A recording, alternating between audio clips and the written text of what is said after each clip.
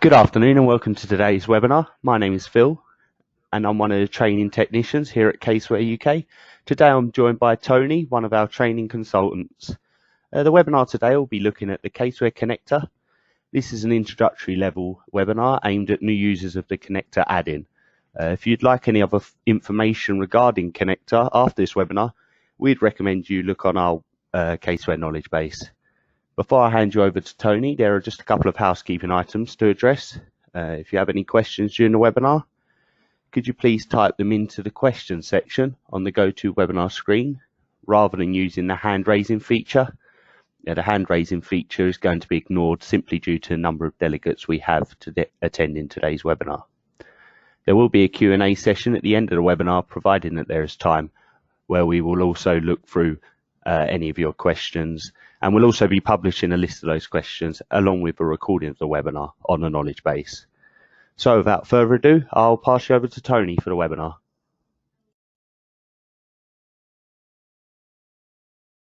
Good afternoon, everyone, and welcome to this Caseware installment of the Connector webinar. Thanks for the introduction there, Phil. So we're going to start working through a few of the areas. As usual, we've got an agenda to work through today. Phil did just mention that this is obviously a introductory webinar.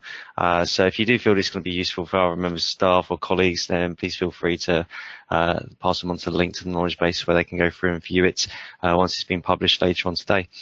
So the agenda, really, what we're going to start looking at: what is Connector and how do we use it? From there, we're going to get started. What do we need to do to get this installed on our machines? Create a new link files. For today, we've got a couple of examples we're going to just try and generate during the webinar. So we've got a start of a note or lead schedule. We've got a letter that we're going to look at. We've also got a few documents that we've already pre-built. We're going to show you how to link those into existing files and operate them there. So that's the linking existing files to a new Caseware engagement. And at the end, we'll have a look through the advanced areas. The advanced areas really looking through some of the options you get within Connector, whether it's relinking paths and so on. So we're going to have a quick look at those. Now, at the end of this, we will have time hopefully for a Q&A session. So any questions you have, then please feel free to send them across using the question pane in your GoToWebinar app. Now, first up then, so what is Connector? Now, Caseware Connector is a simple way of extracting information from Caseware working papers. So what it effectively allows us to do is drive information from, say, Caseware, the Caseware databases, and populate Excel documents or Word documents. What it also allows us to do is link Excel documents back into schedules within our Caseware files. Now, the information can be incorporated into either Microsoft Word or Excel documents, as I just mentioned, and it's a powerful tool to prepare standardized management accounts, reports, letters, etc. So, I mean, today we're just going to look at preparing a lead schedule, really. We'll choose something quite nice and simple and easy to achieve within our time constraint. So look at something like a gross profit analysis note. From that point, what we're going to do is look how we're going to create, set the table up, how we're going to drive the information from Caseware, how we're going to use a few extra things like tick marks, document references, and so on. So that's going to be the example we're going to be working with. Now, before you can really get going with this, what we need to do is first of all work out how we're going to get Connector onto our machines. Now, Connector itself can be purchased with for standard purchase along with Caseware, and it can be installed during the same process. So when you get the installation download from Caseware, within that exe is a Connector file where you can install it as and when you install Caseware onto your local machines or onto your server installation. You can also purchase it separately if you want to. So if anyone watching today hasn't got Connector and does want to discuss it with your accounts manager, please let us know and we can ask the account manager to get in contact with you. Alternatively, if you've got their details, just feel free to get hold of them. Now, once it's installed, Caseware Connector has its own toolbar and it's accessible from the add-in menu within either Word or Excel. So what you'll see within Word and Excel is that little add-on section right at the end, and that will give us availability to the functionality that we're going to need to use to populate our Excel schedules, our Word documents with information from our Caseware engagement file. So that's really all we need to know to get started. What we're going to do now is move on straight into a Caseware file that we've already got pre-built. So hopefully you should see that now popping up on your screens. If anyone has any problems with the screen or sound, please again put something within the question field and let us know. So the file we're working with today, you can see the accounts have already been built because we've got that key financial data populating within that digital dashboard view. Now, what we're going to do is we're going to go over and start creating files so we can use the connector utility. So I'm going to go to my documents manager.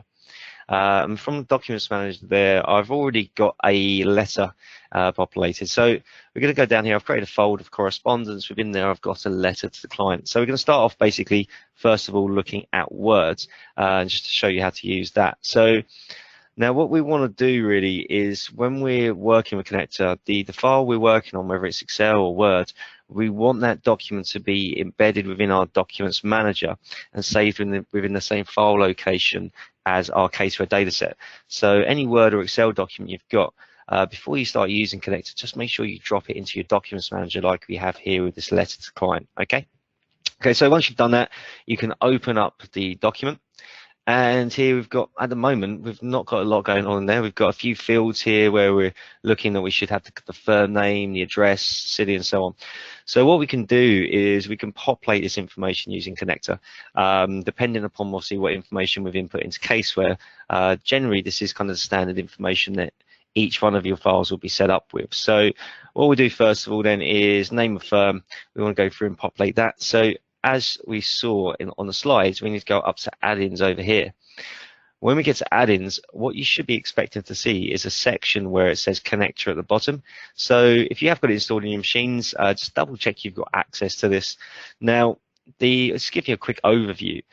We've got, again, 5 buttons here. First one is the Caseware linkage one. This is the button that we're most likely to be using. If I left click and open up Caseware linkage, let's drag that screen across. What this does is gives me access to certain databases within my Caseware engagement. So my engagement properties, I've got document information, I've got user defined details that users can obviously go through self within their Caseware engagement. I've got accounts, so these will be my nominal accounts. So it could be my Sage chart of accounts, my QuickBooks chart of accounts, or if you're just using the standard Caseware chart, that's where you'll see it. Mapping numbers. We've got lease schedule references and groupings and so on. So there's quite a lot of information here for us to choose from. Now, over on the right-hand side, you'll see that the options here will remain the same regardless of what category that we select. So whether I'm class or type or engagement properties, these options to the right-hand side will always remain the same. Now, the first one here, the top one, the default entity, well, simply in this case, we're working with just a single entity file. However, if we were working with a group consolidation, what would happen here is we'd have to drop down, and from this drop down, we'd be able to go through and select the specific entity and drive the information from that data set rather than the collective group data. So if you just wanted to look at a sub, you could use a drop down there and select your sub. Over here, you've got your default period. Then next, current year information. So you can see here that we can go through and not just select current year, but we can select prior year as well. The format here is allowing us to say, okay, what date format or what numeric format do we want being pulled through into obviously the Word document or Excel document. Underneath this, you've got report balance, several other options. Now, some of these options will be available in Word, some of them won't be. Majority of these will be available in Excel, which we'll see a little bit more of in a moment.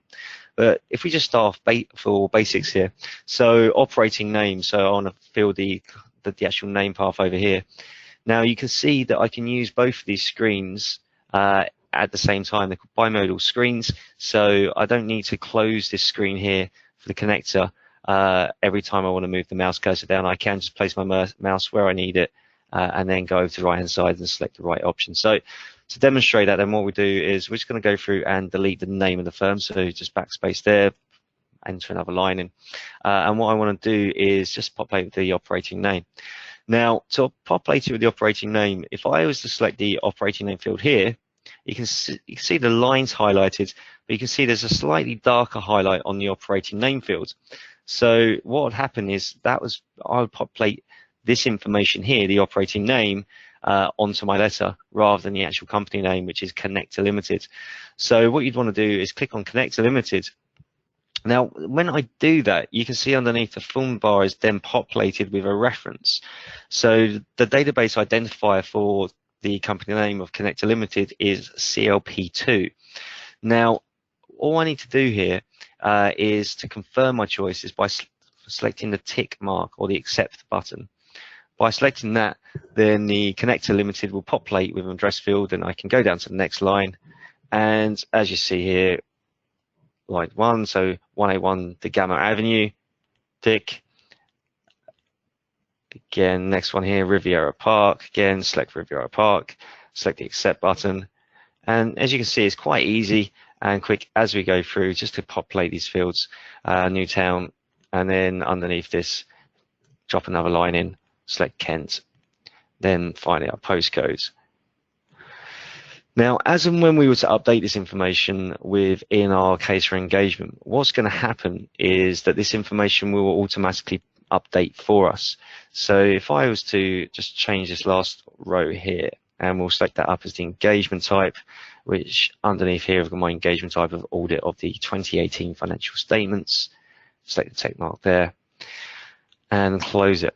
So if I went back, if I close this, say to close this letter down, and I went back into the engagement properties here, and engagement and then properties, if I actually said, okay, this isn't 118, it's 120, change it to 120, select OK. When I reopen that letter now, what we should be seeing is the fields will update to give us a chance. There we go. So you can see there it updates the right information immediately. So once you set these up, these letters can be rolled forward and used, obviously, multiple times. It just takes away a little bit of the pain points of doing this, preparing this manually every single year. Now, the only other field I haven't populated there is the name field. Again, you can populate this. It all depends what information within Caseware you've actually entered. So within the engagement properties here, you'd want to enter either a contact 1 or a contact 2 to populate that information. So go back to the letter and just remove the name section there, and then back up to add-ins, Caseware linkage. And as you saw, as you scroll down, we've got, there we go, Les, so Mr. And what I can do here is you can go through and put plus symbols in. So I can go Mr. Horsley. But again, so we're going to go through a little bit more about this later. For the time being, I was going to put Les down. It's have it completely informal, dear Les, and then close this down. But as you'll see, as we go through and look at the Excel example, we can add these together, some of these databases, provide sums and so on. So that's a quick glimpse at the letters. Again, there's lots more things we can populate in here. If you wanted to populate profit figures or sales figures, then again, as you can imagine, from this linkage options that we've got on the left-hand side, we could go through and select mappings, accounts, and so on, and bring those profit figures or sales figures into the face of this letter. All right, so I'm just going to save the letter, and I'm going to go through and close that down, which will return me through to my documents manager. Now, as I mentioned, we're going to look at building like a lead schedule for our gross profit. Again, quite nice, simple lead schedule, and it shouldn't take us too long to go through and build it. So what we're going to do is go down to the relevant area within our documents manager. So down here, then we've got control balance, and underneath that we've got our other. And so what we're going to do, I'm just going to leave this in queue for now. So what I'll do is just full screen here.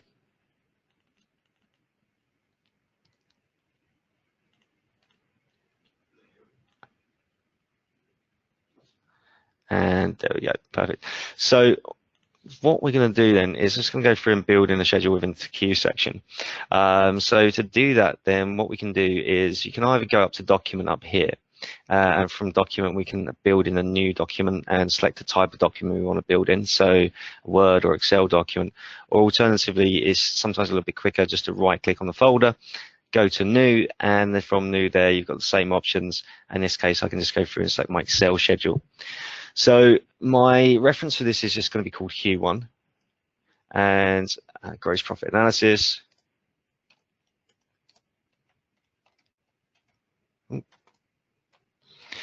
And what we'll do from here, we've obviously got other options with the properties that you guys hopefully are aware of. And for now, all I need to do is select OK. Now, it'll take a moment or two just for Caseware to link up with Excel, build a document, and place it within our Documents Manager. But as you can see there, that's now showing and flagging up within my Documents Manager. So from this point then, what I can do is just double click on that document. And as you imagine, it's a brand new document, so there's not going to be a lot there. So what we want to do is go through and start building this up, linking into the databases in our Caseware file. So again, what we want to do is go over to this case. In my case, in my Excel, my add-ins is actually called Connector, but it could be add-ins on your Excel, depending on the version or depending upon what other add-ins that you've got built into your Excel installation. But what we're going to do here is we're just going to go through and select Caseware linkage. So what I just want to do here is just go through and build a company name in. So up to engagement properties, from engagement properties there we've got Connector Limited. Perfect, drop that in. Underneath we're just going to put gross profit analysis.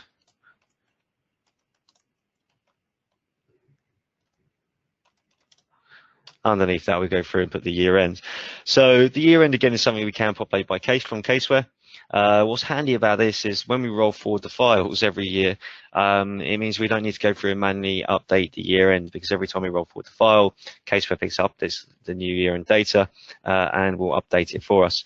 Now, again, formats wise, you've got a choice there to either format within Connector itself, or you could just use the standard functionality available to you within Excel, whichever you find more comfortable at the stage. Each will do the same job.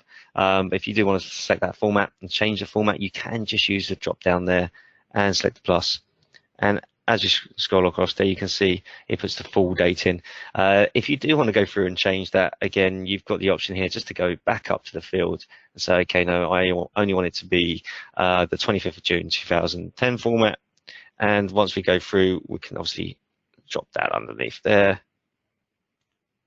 And it'll show it obviously a little bit clearer. So you can change the formats if you want to.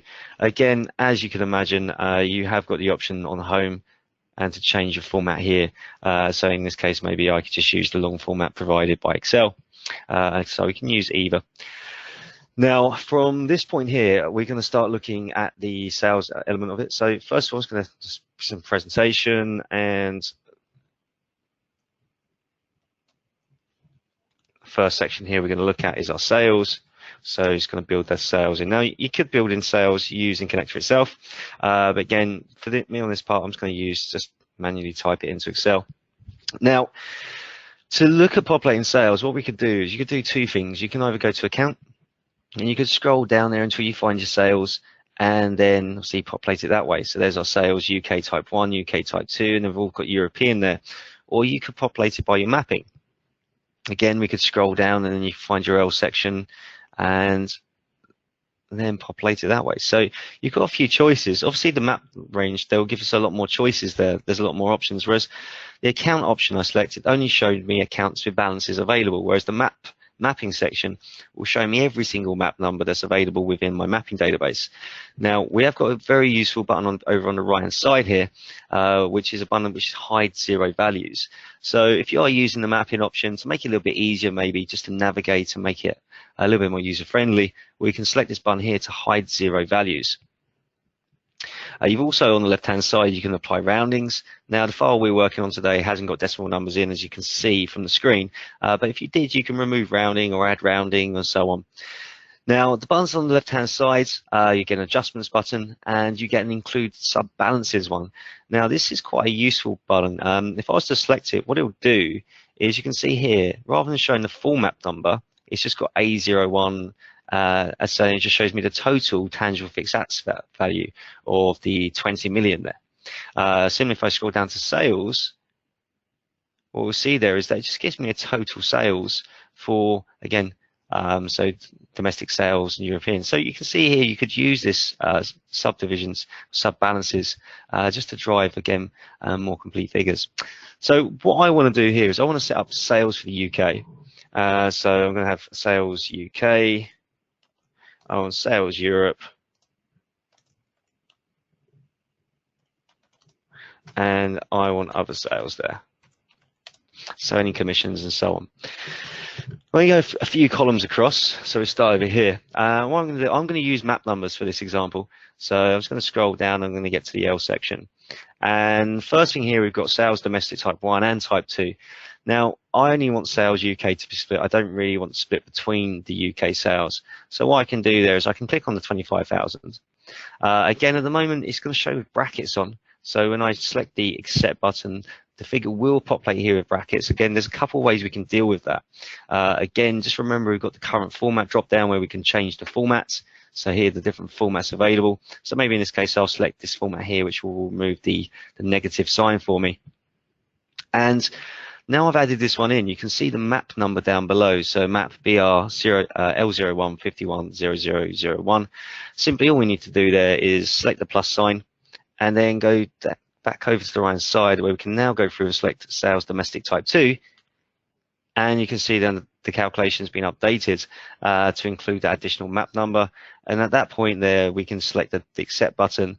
And we might need to adjust the column width, as we can see. But when we do, we can see that 34 million now populating within that schedule. So then sales for Europe, we can go down to the cell again, sales for Europe, and there's a European sales. Again, with that format's retained. So the same format we use on UK sales is always kept there as well. And then we can go through and select other sales. Now, what we could do here is just go through and add the L03, L03, and the L05 here together to make sure that obviously we have the complete sales. You have got an alternative option in there.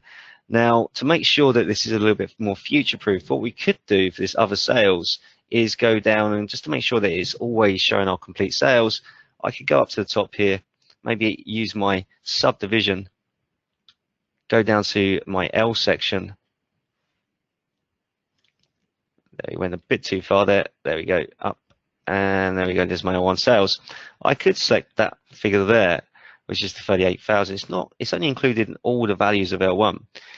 But what we can actually do with these calculations down below is we can actually edit them and tailor them. So where it says L01 here, well, that's just going to pick up on the standard sales types. If I go through and change that to L star, the asterisk or star is actually a wildcard. So what it will do now is it will look now at every single map number that starts with L and add all of those balances together. Now, obviously, we will need to exclude the UK sales here and European sales, which we could do by adding the map numbers in using the same functionality. So rather than using the plus button, we could use the minus button. Or what we could do instead is when we're over here, simply go through, there's a formula, and then I can go through and put the minus key in there to subtract the top line and then to subtract the next line, which is E8. So once you do that, you can see, okay, the remaining sales is 122,000, which if we looked at these now and scroll down to the L section, we should be seeing that that's roughly, that should be the amount there. So there's 105, 5,600 and the 12,000, which goes to 122,600. So you could use the functionality, the standard functionality of Connector, together with the functionality of Excel when we're preparing formulas. Now, again, for totals here, we'll just use the standard sums from formulas available. So sum, highlight those areas, press enter to give us our total sales. Then we can go through and put our cost of sales in. So in this case here, we're going to populate the descriptions using the mappings field as well. I was going to remove the subdivisions in this time just to tidy the screen up a little bit and scroll down to the M section. So now I'm in the M section. What we can see is we've got the open balance for materials. You can see we've got quite a few M codes there. So down to M11. So what we can do here then is I'm just going to use the section. Again, I'm selecting the description here. You can see it's slightly darker blue. Then I'm select the tick. Then I want to go through and put the purchases in there. So there's my purchases and tick. Then I'm going to go through and put my wages and salaries in. But in this case, I've got wages and salaries and national insurance. So rather than using these descriptions, I'm just going to go over here and put staff costs in. And then we've got obviously subcontractors, consumables, hire of plant. You could go through and obviously list these out separately. I'm going to just go through and for today's example, put other cost of sales. And then we're going to go through and populate the balances. So the last one there actually I forgot to put in was the closing. So we go back and put the closing in there. There we go. Right, so the opening balance then, go to 190,000. Again, make sure we select right cell, select the accept button, then go down to the purchases. There's the 27 million. Again, accept and move on. As we do this, you can see it's populating quite quickly and easily. Again, for this option, for the staff costs, we're going to need to add a couple of map numbers together. So just remember to go down to the formula bar, press the plus button, and then go to the next row down, which we want to add in, which is the national insurance, and again, select accept. Other cost of sales, well, we're going to work through. So the other cost of sales in this point will be everything else. So we're just going to go through here and say, okay, well, in this case, we want our, actually, we'll add in staff costs. I should probably add that to the row above, but never mind. I can always go back.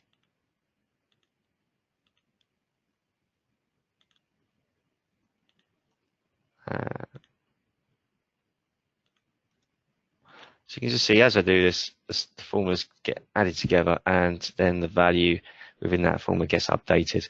So one last, got a couple more to go now, and then we've added all those in. So once I've done that, I can then go through and select the accept button. It's expression not valid, so what did I miss there? Obviously added a plus sign in the wrong place. Excuse me, whilst we go through. Just save a little bit of time here. What I'm going to do is use the same method we used on sales above. So add everything in. So what we'll do is quickly populate the closing, which is, there we go. And like you saw before, I'm just going to go through here and just put in a formula looking at the total sales. I'm going to use this row as a starting point for the formula and just go through and say, okay, anything there, so M asterisk, and then we can go through, and once we've added that in, we can simply go through and remove the other rows. So minus the open stocks, minus the purchases, minus the staff costs, and minus the closing stock to give us the balance. And then at that point again, going through and putting a total in just to add these together. All right, so so you can go through and just tidy these up, make the presentation a little bit, a little bit easier on the eye. Again, where's my row there? Perfect. And what we do at the bottom is just go through and put the total in. So minus these rim. So from this point here, obviously you can change the colors and styles by just using standard functionality. If you want it all to be black, then you can go through and select the black button, and then it will obviously change that through for us. I'm just going to go through and put a total field in a moment, and then just put gross profit slash loss. So at that stage, you set these up now. Every time you now post an adjustment within our file, so if I go back into our trial balance here and just go to, just going to put a manual adjustment quickly into, there we go. We'll use our consumables there.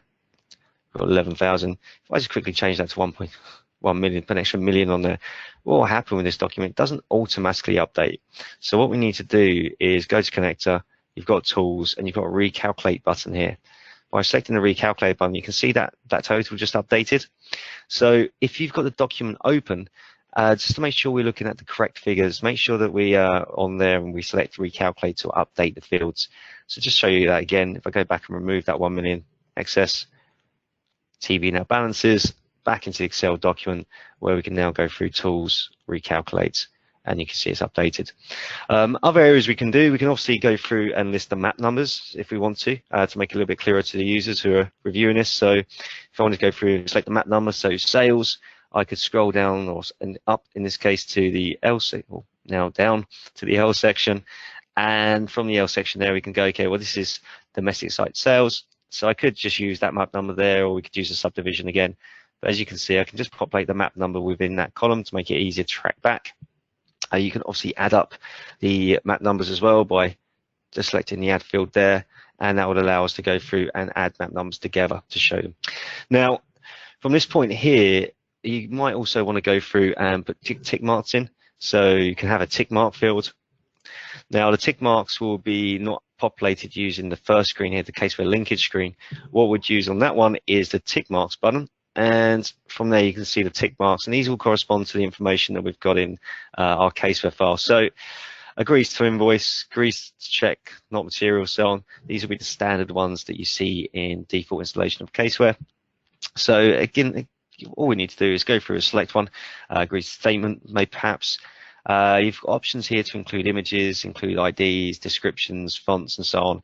You can change the font styles and colors to be specific or with strike throughs and so on. From here, if I press OK, you'll see that that's now pasted in. It's actually gone into the wrong column, which isn't an issue. I can just use Control and X to cut that item and paste it within the correct one here and place it in the correct row as well. Now, from this side, what we can also do is link this through to schedules within our documents manager. So if I had a schedule for my sales, I could go through here and link it back to that document. So over here, I've got the document button, where if I select the document button, it will give me access to the documents manager, or I can then go through, scroll down, and usually within our queue section here, through the standard Mercia documents, you would have a Q4 document, which will allow you to see the total sales. In this case, if I just use the P1.1, just so you can see links, or maybe the trial balance in this case, trial balance. And this point here, I can select OK, and it just brings the reference in. The good thing about this is that it's not a hard-coded reference. So it is a hyperlink. It will allow me to select it, and that will take me into Caseware, and it will open up the trial balance for me. And at that point, if I really wanted to, I could scroll down and then find my sales, and at that point, actually cross-reference that back to that document. So I can right-click, and then we can do a new document reference. And as you can see here, I can go back now and reselect Q1, select OK, and obviously this will hyperlink back into an Excel document. So you can set these up pretty tidily to link back and forth between your Excel documents and Caseware lead sheets. Okay, so to kind of overrun a little bit there, there's quite a few more bits you can actually look at on Connector. There's tools, options, and bits and pieces like that over here that we see. There's some really good knowledge base articles and quick vids on the Caseware knowledge base. So I'd recommend, if you want to see a little bit more about Connector, I'd recommend you go onto the knowledge base website and have a look at some of the articles. They're recently updated, and there's a nice quick video with them as well to make it nice and easy for you to obviously work along with it. Okay, so what I'm going to do now is I'm just going to pass you back to my colleague Phil, who's just going to run through any questions that might have popped up during the webinar. So let's hand you over to Phil. Thank you for that, Tony. Yeah, we did just have a couple of questions. Firstly, can you link to values from prior periods so that you can show the last 2 years, 3 years, 4 years, etc.? Yeah, good question. I mean, definitely you can go through when you're using the Connector tool. Let's just jump back into the Excel document. When you go through and you want to select balances, if you do want to look at prior year balances, then yeah, absolutely. Go to Caseware linkage. We're on the map number fields. You have the current year drop down, but you can see there you've also got prior year 1, prior year 2, 3, and 4. So if you want to compare it to 5 years worth of data, or you want to build management accounts that look at the last 5 years worth of data, then feel free to use those options. As soon as I select the prior year field, what will happen there is the values will update to obviously reflect those prior year balances.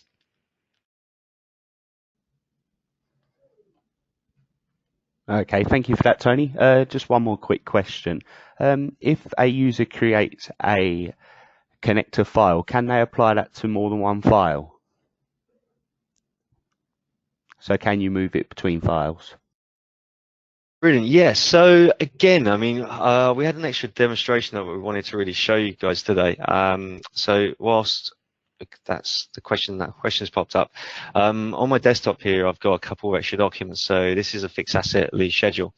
So let me just open that up quickly. So this is a document that's already been populated by Connector. So the cells here, you can see that there's got a Caseware map number in there and so on. So what we can do is, if we were to get back to this, there we go. If we did want to go through and add this into a Caseware file, all we need to do is, if it's on desktop, drag it over in the same using the same methodology, so as we would do to drag any file into Caseware. So let me just open up the File Explorer window, get to Documents Manager, and from there I can then go through and look at my desktop. There's my fixed asset lease schedule. Find my section, drop that in there, and you can see as soon as I've dropped it in and I open it up, everything should work how it as we expect. All the balances update. So there we've got Additions there in my leasehold property is 750,000. If I go back to my trial balance and we just sort by map number order. So there's my leasehold property, and if I screw over to the right side, you can see there, that's the 750,000. If I change that to 1 million, 750,000, then back on that fixed asset register. As I mentioned before, it doesn't automatically update when the document's already open, so just go to connector, tools, recalculate, and we'll see that value popping through. Okay, hope that's helpful. Okay, thank you for that, Tony. Doesn't look like we've got any other questions at the moment. If anyone does have any questions, do feel free to carry on logging them, and we'll endeavour to get back to you later today, and we'll also look to include those in the Q&A document. Just before we go, just look out forward to some upcoming webinars in 2019. We have quite a few webinars planned, including an introduction to mapping, which is another introductory webinar, and some more advanced webinars, advanced mapping, what's new to working papers, and assignment completion. If you're looking for any training, then I would just recommend that you contact us at training@caseware.co.uk. And all that's left for us to say today is to have a good day and have a good Christmas. Yeah, thanks for everyone joining today, and yeah, have a good Christmas and a good break. Take care. Bye.